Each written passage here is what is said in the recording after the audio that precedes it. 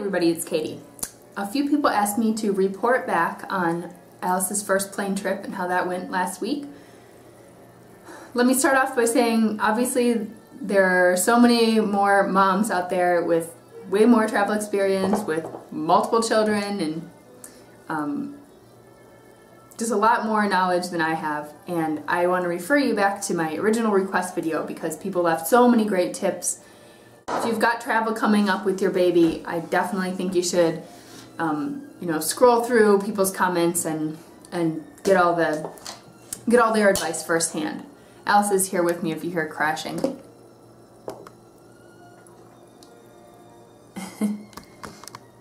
Alright, but I wanted to share my experience just because people had asked me to. So, we had a few things to our advantage for this particular travel experience. It was a direct flight of only about 2 hours long, and we decided to leave in the early afternoon so that we weren't rushed with like a really early morning wake up or anything like that.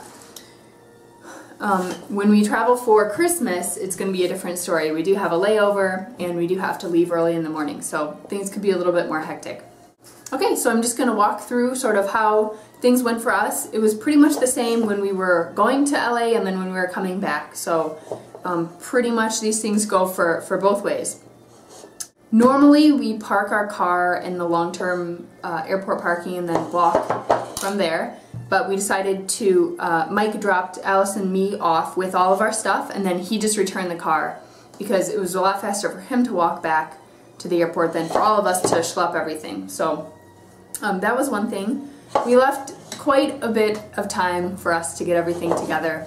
Normally we just get to the airport about an hour in advance, and this time I think we left about 2 hours. I like to travel light in airports, and we were flying on Southwest where you can check 2 bags a person for free. So basically we checked everything. We did not take a stroller, but we did check our car seat and then 3 pieces of luggage. So we maxed out our baggage, but it was free. And all we had as carry-ons were Alice's diaper bag, 1 carry-on for Mike and my stuff, and Baby Bjorn. That's the carrier we decided to use because it was the easiest in and out for both of us. Going through security, I didn't have to take her out of the Bjorn. I just asked one of the agents if I needed to, and they said no. The only thing special about that was after we went through the metal detector, our whole family went through the metal detector, even Mike, even though I was just carrying the baby. They just kept our party together. So that was cool. We didn't have to go through the backscatter x-ray thing because I would have refused to go with the baby anyway. But after I went through security, since I had her in the carrier, they just asked me to put out my hands, and then they ran like a little cloth over my palms to swab for explosive residue from explosives or something, and they just ran it through a little machine, and then it cleared within 30 seconds. So really, that process went just as smoothly as always for us. I did have my wipe solution in a small bottle. It was about 4 ounces, but it's an unmarked bottle since I make my own. And both times I just put it in a little Ziploc. The agents did ask me what it was, and I just explained that it was solution for her wipes, and it was fine. They didn't make me dump it out or anything. I did feed Alice right before we left the house, so she would have a few hours where she wasn't super hungry. By the time we got to the gate, she was starting to show signs of hunger, but she was also really distracted by what was going on. I took her to the window to look at the plane, and there was just a lot of people around, so I was able to sort of like put her off a little bit. I wanted to wait till we got on the plane to feed her. On the return flight, I did feed her just a little bit, waiting at the gate because it took longer than we expected. Also, on our departure, at one point she got a little bit overstimulated from everybody lining up to get on the plane. We were close to the door in like the family boarding area, and it was just a lot of people and a lot of noise, and she started getting upset. So Mike held our place, and I just walked the halls a little bit so I could see that he was still there, and I could get back there quickly when it was time for us to move, but it gave her just a little bit more space. When we got on the plane, we picked a window and a middle seat, so that we would be together and we would have privacy for nursing. We did have somebody sit in the aisle seat on both flights, and actually we didn't have to get up. I was kind of stressed about that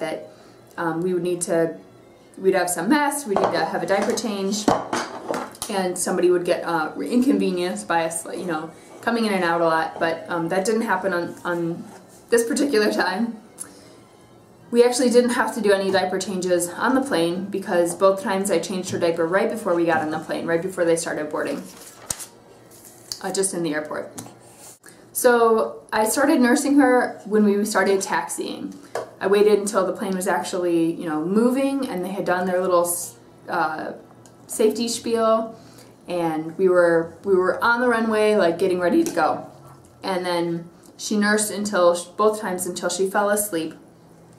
And then she slept for like 30 to 45 minutes, something like that, which was roughly half of the flight. We only took 2 toys on the plane itself. We took one of these little chimey guys. She really likes that noise. And then we took one of these crinkle books, which she also really liked. Just because both of them are pretty small. She spent a lot of time playing with a granola bar that we had brought for ourselves, just as a snack, you know, in the package. But just chewing on the wrapper and looking at the shininess and stuff. So also like the pretzel package that the flight attendant gave us, she chewed on that and, you know, played with it a little bit and listened to the noise. So you can make a toy out of anything. We were lucky that Alice didn't fuss much because she was fed and dry and even rested. So just with the toys we had, when she did fuss a little bit, we could just sort of jump her up and down, or, you know, I would hand her to Mike or he would hand her back to me, and we were fine. On the descent, I started nursing her when they made the announcement that we were going to descend. I felt that we were coming down a little bit before that, but I waited for the announcement because I knew that you're usually on the ground within about 20 minutes. So on the one flight, she nursed right until we were on the ground and basically to the gate. On the other flight, she stopped about 5 minutes before we were actually on the ground, and I was concerned that, you know, she was going to have a problem equalizing the pressure in her ears, but she didn't. She was perfectly fine.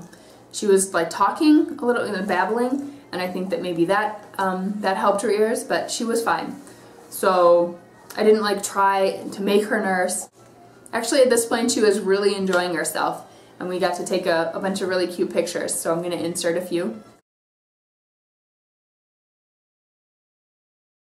Something that other YouTubers pointed out to me was that the worst case scenario is that your baby is crying and screaming the whole time. Chances are they're not going to scream the whole time. A lot of babies are soothed by like the humming and the vibration of the plane. And even if that does happen, that's going to help equalize their ears. So if you're concerned about them being in pain, you know, and their ears popping, crying is going to help with that. So I just try to keep that in mind. Tried to stay as calm as possible and give ourselves a lot of time. And I think that a lot of those strategies are going to work in the future. And I hope we have as good of an experience next time. One thing that Mike did, this was a tip from my sister-in-law. We bought a few pairs of earplugs just in case Alice was really awful. Just in case Alice was really upset and made a lot of noise, sort of as a joke, but kind of serious too. We were going to offer them to the people sitting closest to us.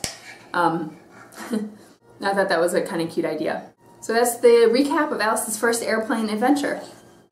Definitely go check out all the advice from other moms on my first video, and good luck in your travels.